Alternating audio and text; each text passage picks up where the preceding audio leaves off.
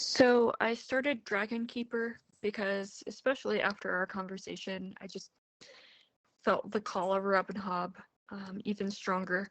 So I am not having like a mass, like I'm 60, almost 70 pages into it, and I'm not having like the dialogue that I normally have with Robin Hobb's books, but I'm very much enjoying this very plot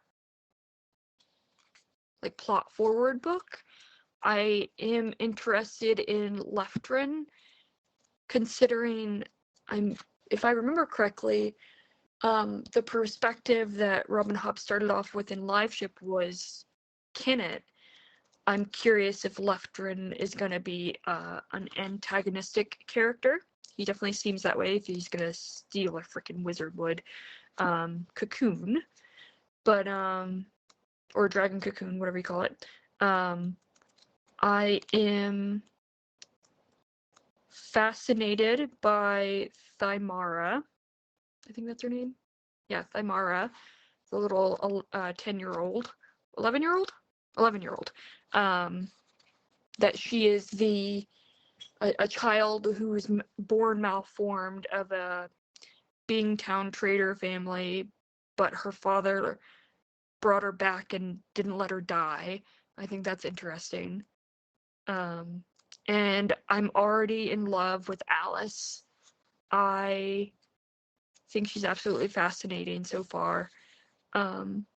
Having glimpsed a possible future for herself, she had struggled wildly to escape from the suffocating destiny that sought to reclaim her. And she just became a dragon historian, and I think that's like on self-taught dragon historian. It's great. And now she has to deal with a suitor that she's like, what the heck is going on? I resigned myself happily to being a spinster. So I'm very much intrigued by this. So yeah, it kind of reminds me of like a Regency it's like Robin Hobb writing a Regency theme, like just with Alice, like the whole or even the Beantown Traders, just like the society and the politics of the society and the maneuvering of relationships and courtship and all that stuff. I really like that, and I'm intrigued and excited to see where it goes from here. So yeah. Sorry, should have cleared my throat before I started the message.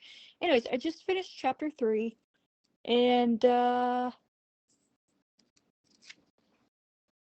had initial hope for Hess, but I had suspicions, much like Elise, about his intentions, and now he's very quickly an absolute douchebag. I did have suspicions of maybe he would, him and Cedric were lovers, kind of like a lavender marriage or whatever, that he was looking for. And that still could be the case, although Cedric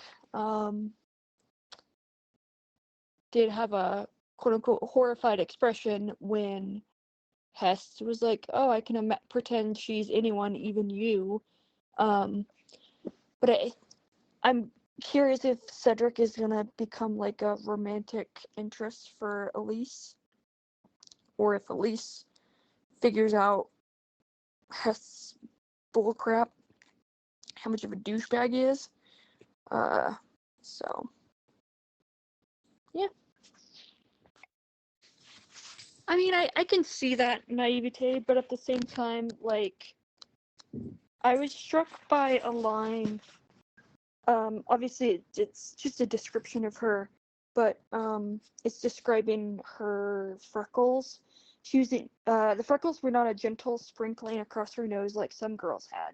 No, she was evenly dotted like a speckled egg all over her face and on her arms as well. Lemon juice did not fade them, and the slightest kiss of the sun turned them darker. She thought of powdering her face to obscure them, and then decided against it. And the particular line that I underlined or marked was, she was what she was, and she wasn't going to deceive the man or herself by dabbing on paint and powder.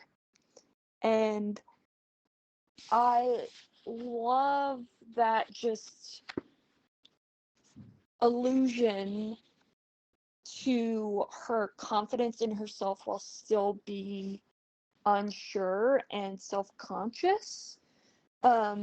Especially having just started chapter 4, like, her mom just wants to cake on powder to hide her freckles.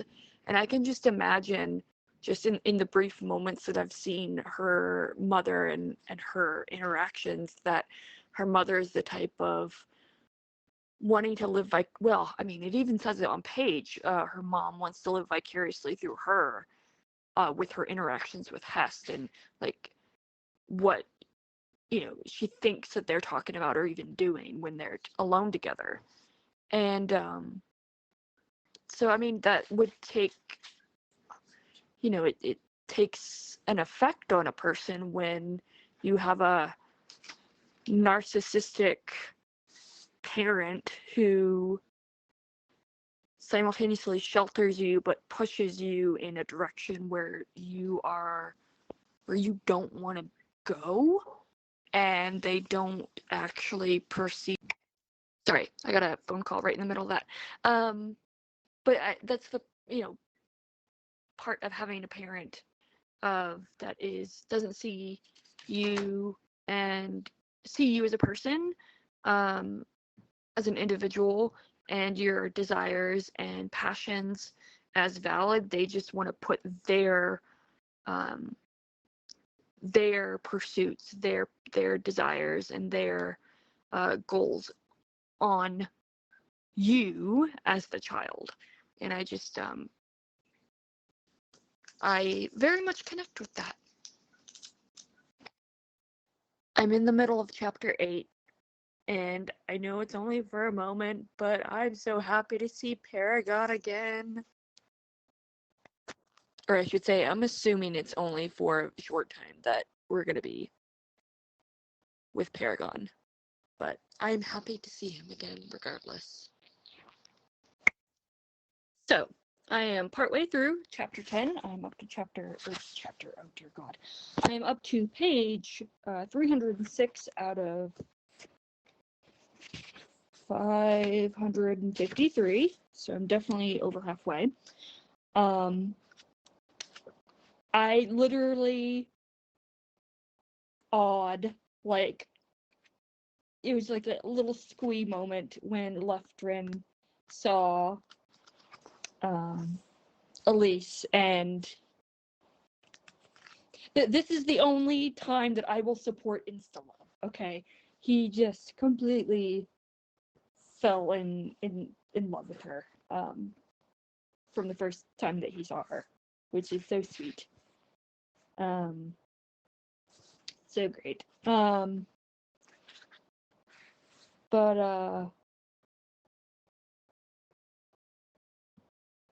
Yeah, so I loved getting to see Paragon again. I just love his whole speech to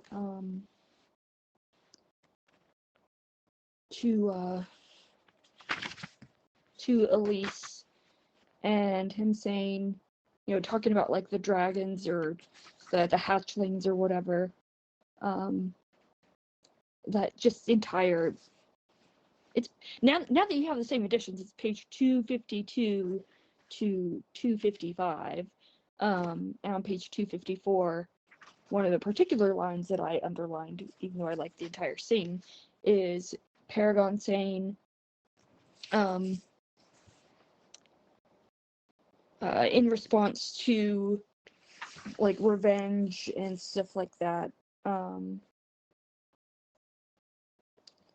and reparations, he asks her what sacrifice would be adequate. She replies, none that I can think of. She replied softly. She tightened her grip on the railing, wondering if he would immediately turn turtle and drown them all. Neither can I, he replied. No vengeance could resolve it. No sacrifice would make reparations for it. He returned his gaze to the river.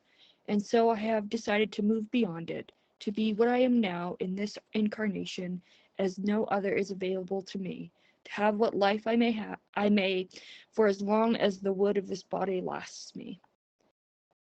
She couldn't quite believe what she was hearing. Then you have forgiven us. Paragon gave a quiet snort.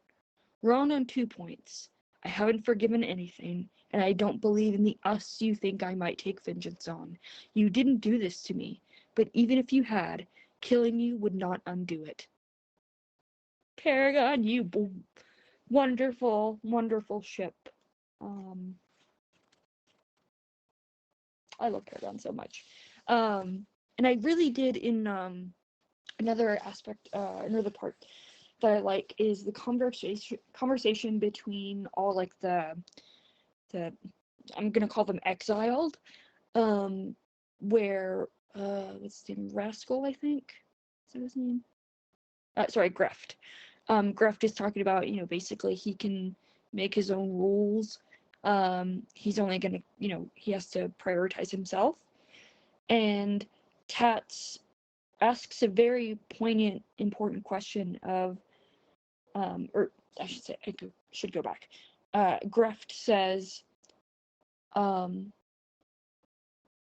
if I weaken myself to be a nice fellow today, perhaps all of us will go hungry tomorrow if I'm too slow or distracted to kill my quarry. So I protect my own interests today to be in a better position to help everyone tomorrow. Tats leaned across her lap to speak to Greft. She hadn't even realized he'd been listening to him. So, he asked, conversationally, how do you tell the difference between today and tomorrow? Beg pardon, Greft said, sounding annoyed at the interruption. His affability evaporated. Tats didn't move. He was practically lying in her lap. How do you tell when it's today and when it's tomorrow in terms of sharing what you have? At what point do you say to yourself, well, I didn't share yesterday, and so I was strong and hunted and got some meat today, so I can share this meat today? Or do you just keep thinking, I better eat it all myself so that I'll be strong again tomorrow? I think you're missing my point, Greft said. Am I? Explain it again, then. There was a challenge in Tat's voice. I freaking love Tats. Because there's an innocence to that question, but also very pointed. Because it can show, like, Tats' naivete or whatever, or innocence, but I think Tats knows the question he's asking. Like, he's very conscious of everything, and what that means, and what Greft's worldview means. So I just really, really liked that question. So, yeah, I'm really, really enjoying it, obviously, because I've, gotten so far into it. So, yeah. I am most of the way through chapter 16, and I love Rapskull. He is, sorry, my dog. He's so sweet. And the scene where Thamara and Tats and Sylve are dragging the elk back to the camp, and he comes across them, and he's like, hey, where have you been? He's getting all excited or whatever, and he's sorry. He's like, oh yeah, Grift got an elk too. He said he brought the meat back to share with everyone, and it was all dirty and beat up. And then the hunters brought the river pig and started building a big fire. So Grift's elk got fed to one of the dragons. Oh, you should have come and see Hebe. Hebe. And then he says, glad you're back because I'm starving. And this line in particular, I started tearing up a little bit. I didn't want to eat until I found you and made sure you got a share too. And he is the complete, like, that is so sweet. He's the complete antithesis of everything that Grift is, and I love Rap School so much. So I'm up through chapter 6 of Dragonhaven. I don't really have much of any, like, thematic, like,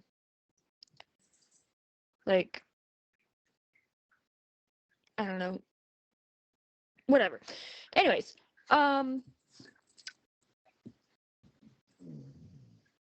that was my dog. What I really enjoy about the Rain Wild Chronicles thus far is that it is compulsively readable, and it is very, very plot forward, plot heavy, which I never would have. I'm not usually a plot driven reader. And but you know, Robin Hobb makes it to where, you know, I guess I'm a plot driven reader now. But I think for me at this point, the Rain Wild Chronicles is more akin to Live Ship Traders, but without the, like, the character depth of, like, Farseer, which I feel like Live Ship is, I don't know. Live Ship kind of balances the character work and the plot forwardness, whereas Farseer and Tawny Man, they're very much character books. Not to say that there's obviously no plot, because there is a plot.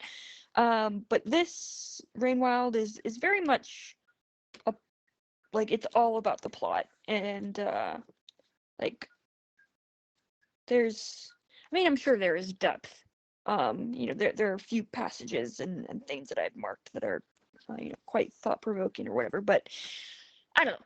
Like I said, it's just compulsively readable. I want to know what's going to happen next. I did really like the line from Belen to Elise saying, "We of the Rain Wilds do not have long lives. We have to seize our opportunities, or we have to recognize we cannot have them, and let them go by and seek out others.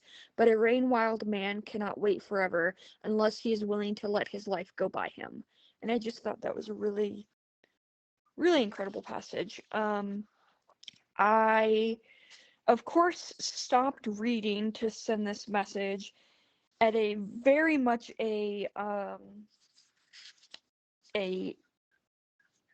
what's the phrase, cliffhanging end of the chapter.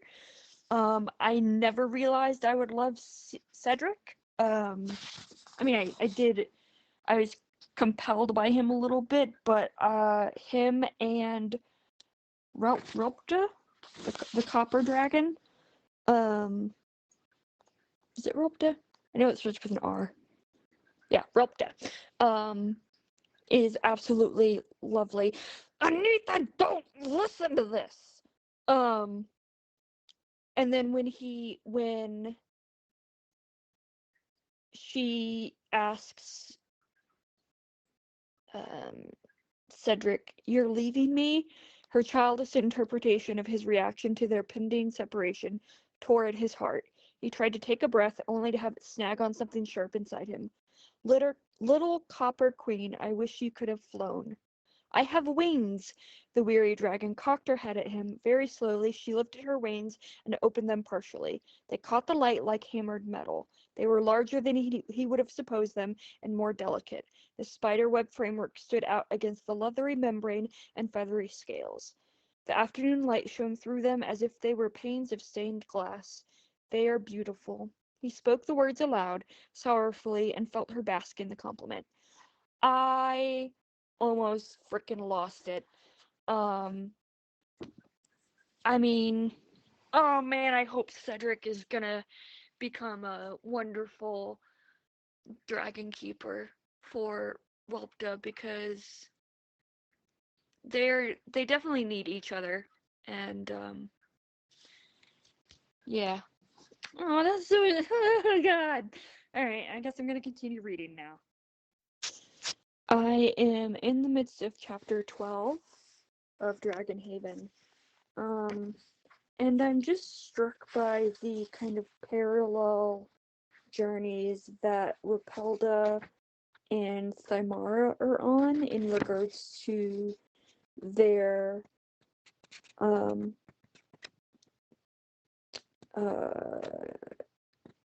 their independent choices. You know, Thymara with the expectation that she needs to choose a quote unquote mate. And she's like, I'm not gonna choose anyone. I might never choose anyone. And then Rapelda is like, you know, I mean, mind you, she didn't have a choice to give blood to Cedric, but she is conscious of the connection with Cedric and turning him into an elderling, and she's gonna guide him on that path, which is absolutely fascinating. And then obviously the knowledge that Thymara is on that path now as well to become an elderling, albeit unintentionally, with this like juxtaposition of, you know, Cedric taking something from Rapalda, making I don't know, meaning that he got her blood and he's turning into an elderling, whereas Thymara was not sacrificing, but she was trying to help Centaura,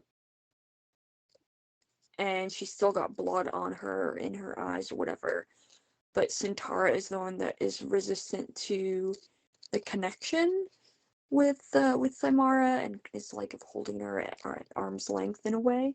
I don't know if that makes sense, but I'm continuing to enjoy this, so.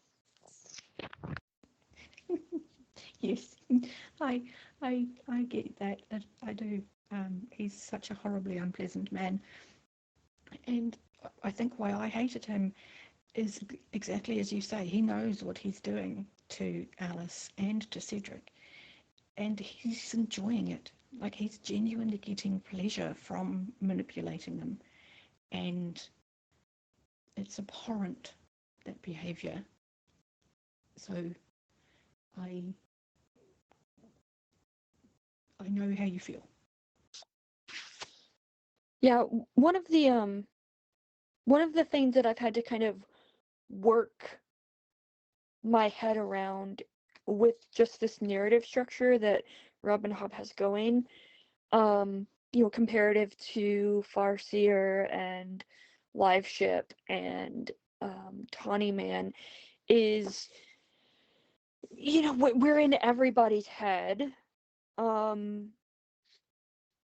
You know, and there's just a lot of, I don't want to call it willful ignorance, but just a like a blind naivete that is just, you're reading them like Elise, you're reading her, you know, about her seeing the locket with Hess portrait in it in Cedric's room on the Tarman, and it's like, oh, did Hess give that to Cedric for me? But why would he give that to me? Like, did he actually, like, does he mean it because he's actually secretly affectionate, even though he's so horrible? Or was it as a control thing? Like, it's like, no, you idiot. Like, it's obvious, but, you know, it was really actually in that moment that I realized that I I don't want to say that all of the characters are like this, but I mean, it's every person, like, including, like, actually, sorry, let me backtrack. If I put myself in their shoes, and I would probably react the same way. Like, once I have an idea in my head, my whole worldview is shaped around that possibility, um, of something. So the possibility that Cedric and Hest have a relationship, Elise doesn't even know, like, that doesn't even enter into her mind. That's not even a possibility. So that wouldn't even come up as a reason why Cedric has this portrait of Hest.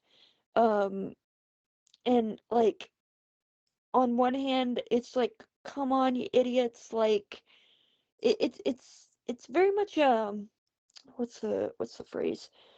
Like, everything is, I don't want to say melodramatic, but like,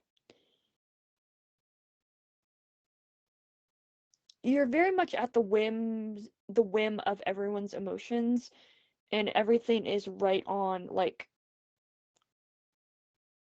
on this sleeve or whatever.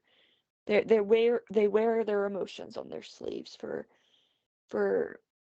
any given moment. And I don't want to say that there's not a lot of nuance there, but it's comparatively, it's very, like, I don't know how to describe it. But it's not that it's a bad thing, but it's just it's a shift that I've had to make, when reading this this series so far, and these characters. Um, yeah, I don't know where I was going with that. It's also almost midnight, so my brain is probably just like trying to find words to explain this thing, and it's not working.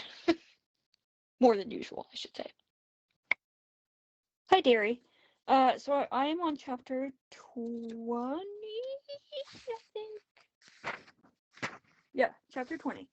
And so obviously everything's all wrapping up. And I was just struck by the imagery of Thymara,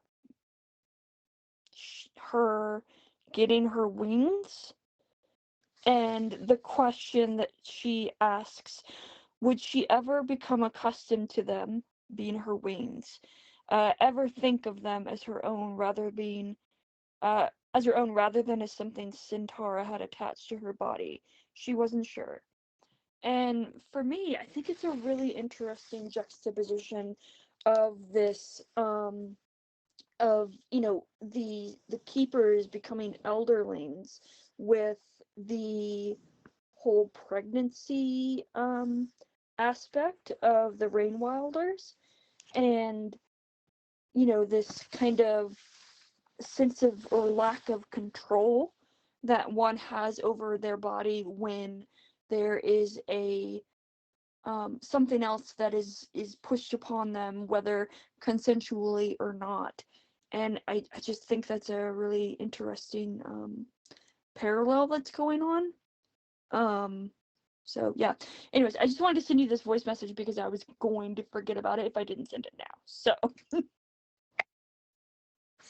So I'm in the midst of chapter 7 of City of Dragons, and I just finished the scene where Elise goes into, like, the theater section or whatever, and she encounters um the statues, and it says, Elise sat on the floor, rocking herself gently. I saw it. It was real, she assured herself, and knew as she spoke the words that she was the last person who would ever see this particular elderly magic. And more often than not, what they call elderly magic just feels like technology. Like, the Jidzen or whatever is just, a form of technology. It's not magic.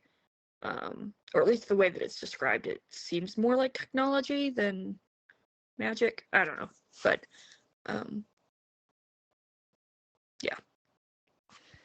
So I just finished chapter 10 of City of Dragons, and holy shit. Oh my god. Um, I mean, I had already come to appreciate Malta as a character by the end of the Live Ship Traders trilogy, but that was an absolutely, holy crap, incredible chapter. I was holding my breath the entire time, for all of the reasons.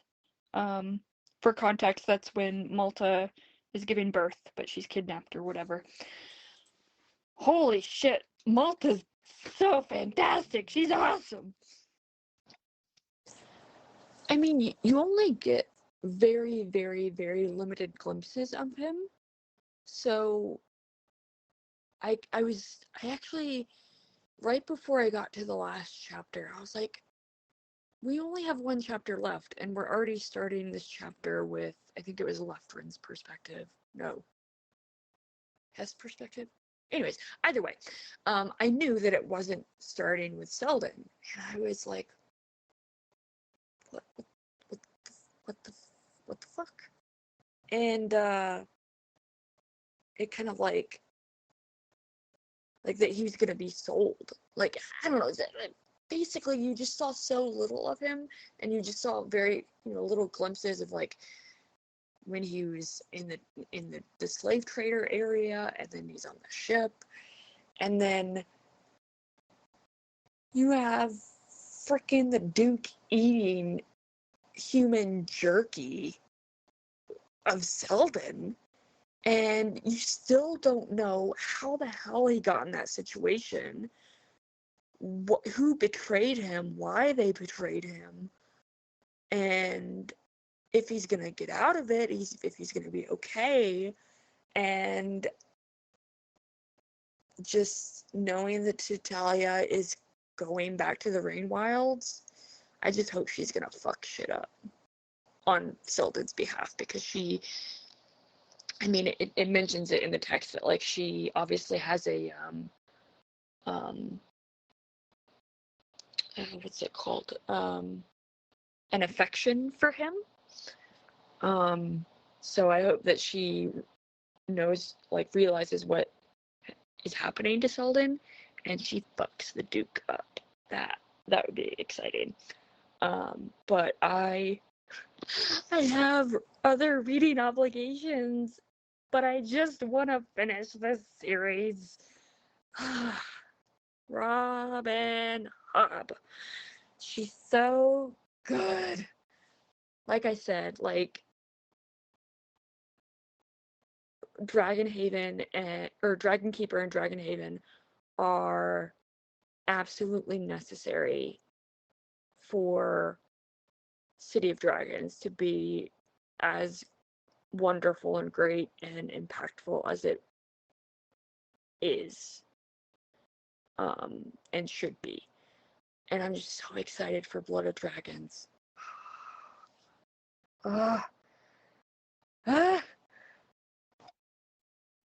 Would you agree with my assessment? I'm just looking for validation, about this kind of like base animal instinct that all the characters are kind of in, with like Leftrin and Elise, and like you have this like insta-love moment, with them, and like just the angsty teenagers, hormonal teenagers. It feels very animalistic, and it makes sense for some weird way. But I will say that if if I didn't already have the trust in Robin Hobb that she's built with me, or really she just established immediately with Assassin's Apprentice, let's be honest, I don't think I would have pushed through Rain Wild Chronicles. Like, if that had been like the first series I had read, I wouldn't have probably even finished Dragon Keeper. No, I probably would have finished Dragon Keeper. I would have definitely have DNF'd Dragonhaven because of the just lovesick, stuff. Not to say that it's bad, but it was very oh god, they're talking about like, oh, I miss you, I love you, blah blah blah blah blah blah blah blah. But yeah, anyways, I don't know. Hopefully that makes sense. That rambling. Thank you. Um, I will add before I go to bed, because it's, holy crap, it's already almost midnight. Oh my god, this just book, I feel almost giddy after finishing it. And I mean, I feel like that pretty much after finishing every Robin Hood book, because she's just so wonderful and amazing and awesome.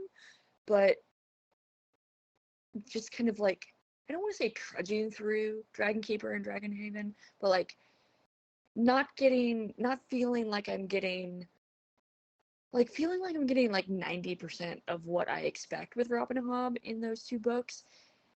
Feeling like this is like 120%. It's just like, it's so rejuvenating.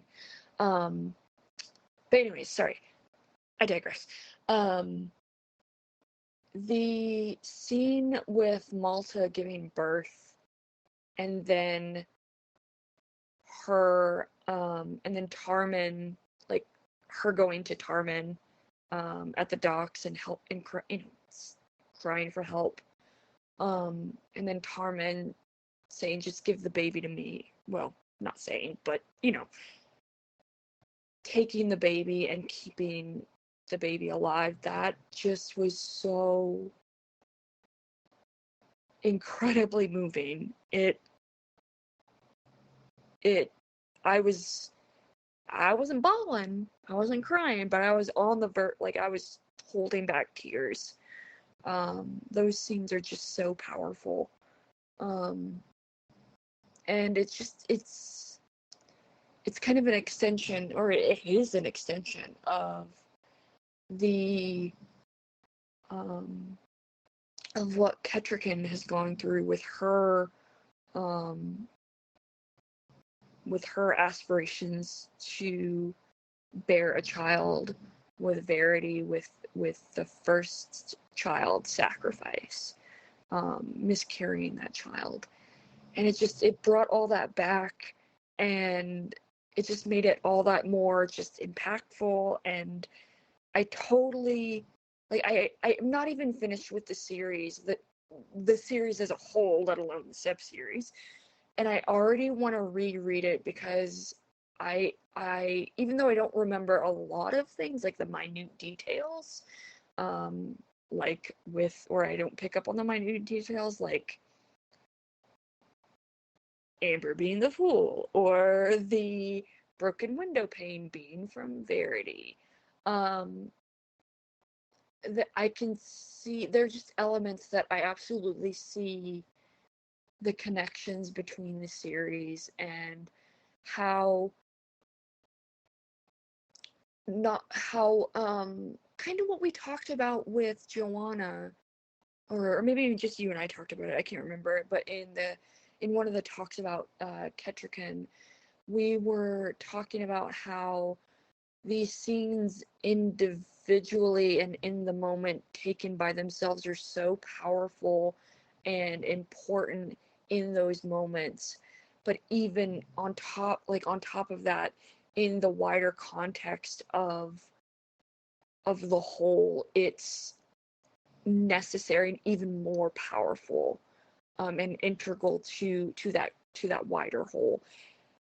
It's just building and expanding. And this series, holy Robin Hobb, I'm so excited to read Cloven Hooves with you this month.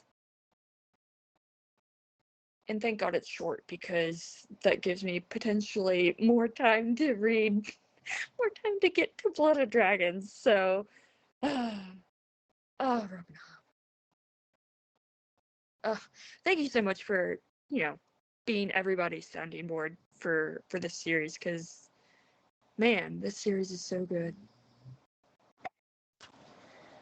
Okay, spoilers for City of Dragons, the full thing. If you're listening to this, please back away. Holy shit. This I absolutely loved it. Don't listen to this, Stephanie. Don't listen to it, please. Don't listen to it, please. Don't listen to it, please. Don't listen to it. But I loved City of Dragons. Loved, loved, loved, loved, loved, loved, loved, loved it. It's definitely my favorite of the Rain Wild Chronicles so far. And there is, for all my frustrations with all the angsty teenagers and the kind of like pining and love-struck people, with like Leftrin and Elise in Dragon Haven, or Dragon Keeper in Dragon Haven, which, as an aside, that stuff is absolutely, like, it's more base and animalistic and is a good, like, parallel slash juxtaposition to the dragons, if that makes sense. But anyways, back to my original thought. All of that was worth it, and I would argue absolutely necessary for City of Dragons to be as damn good as it is. It is incredible. Please don't listen to the rest of this, Anita. The scene where the scene with Malta was incredibly powerful and harrowing and sad and just really gut-wrenching and heart-wrenching. And if you didn't like Malta before, you definitely came to love her in this book, or you should come to love her in this book.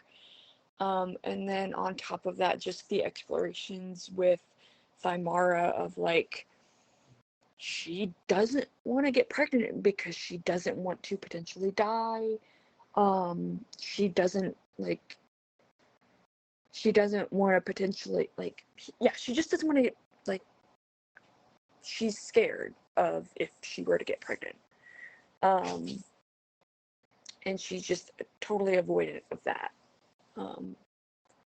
And then literally, like, the last 15 pages with the Duke of Chelsid. I know you haven't read Augustus Theory, but I really think you should. I mean, it's history, I guess you can't really spoil it, but if you don't want spoilers for Augustus, I guess stop listening to this. But the genius political play that Robin Hobb puts in at the very end with the Duke of Chalced and the Chancellor and Chasim, his daughter. Absolutely, holy crap. It reminded me of Augustus and Julia. But, like, in a Robin Hobb, like, I would argue, not even knowing the definition of it, quote unquote, grimdark way. It's just so, holy crap, that's so good. Like, for all the, like, YA style angsty teenagers, oh, we just think about, like, who we like and who we're infatuated with and who we want to bang and all that stuff. Like, she definitely reminds you, like, especially at the very end, of, like, no, you're reading Robin Hobb right now. Here's, like, this is the reality, this is, like, the horrors, this is the political, like, genius playing that I can do. And I'm still in control of these pawns. I'm still in control of these puppets that you're watching play. And it's just so, holy shit, it's so good. So I'm in the midst of Blood of Dragons, obviously, chapter 4. Honestly, I think I hate Hest more than I hate Kyle. Which is, or I should say, Hest makes Kyle look better. Which is basically the same thing, right? He's just, if I recall correctly, I don't think we ever get a perspective from Kyle specifically in Live Ship, so that we see, like, for me, Kyle is more, he's just self-absorbed and all that stuff. And he's totally, not that he doesn't know what he's doing, but like he's ambivalent about everyone else. But Hest, he's not only self-absorbed, but he actively knows what he's doing, and he's purposefully taking action and saying things to manipulate people, and that just makes him so much more worse than Kyle. I hate him so much. Yeah, so I really am liking that the dragons are learning to fly again, so that's fun. I liked the conversation between Thymara and Tats, and particularly this idea, or this running theme throughout the sub-series so far, about women's agency, and just in general, but also when it comes to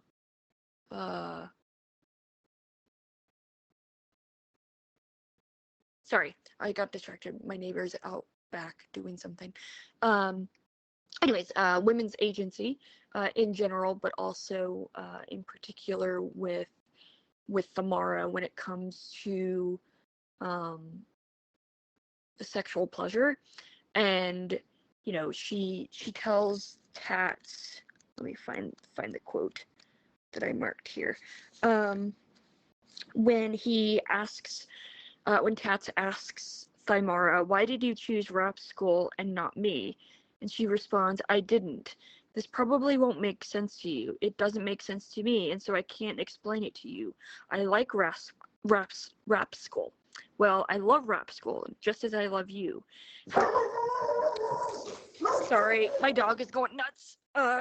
Again, because of the neighbor. Let me get away. Anyways, freaking dog. Anywho, so let's see. I love Rapskull just as I love you. How could we have been through all yes, hi Max. How could we have been through all we've been through together and not love one another? But it wasn't about what I felt for Rapskull that night. I didn't stop and think, would I rather be doing this with Tats? It was all about how I felt about me, about being me. And that suddenly, it was something I could do if I wanted to, and I did want to.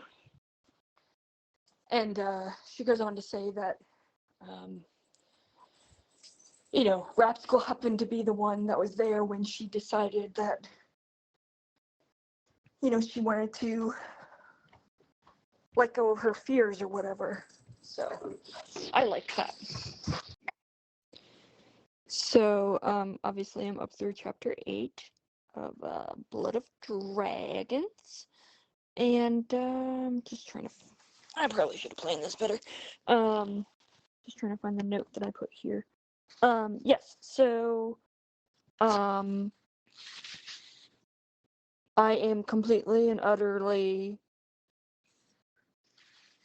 just the idea or the knowledge of silver, and I'm like, oh man, that's the skill. And the skill river that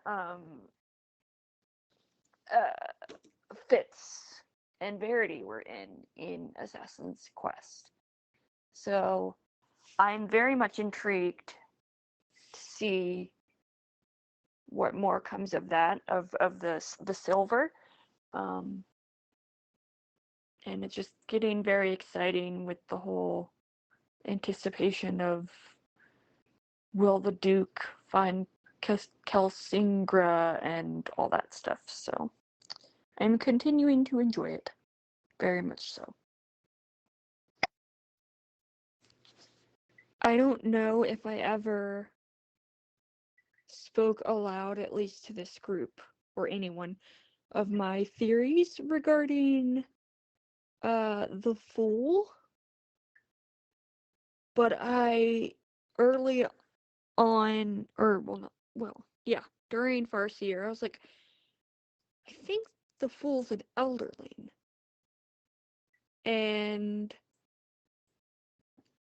now I'm at the tail end of chapter 12 of Blood of Dragons, where Mercor is talking about the silver, aka the skill.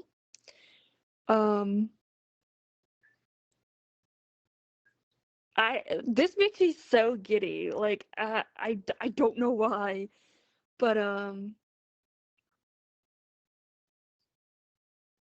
yeah. Sometimes they use silver to heal, they being elderlings. Sometimes they use silver to heal, to recall for the body how it should be, and help it to make itself right. Which we see with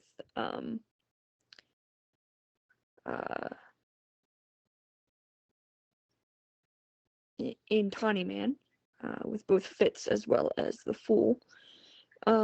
Fitz fixing Night Eye's body and the Fool fixing Fitz.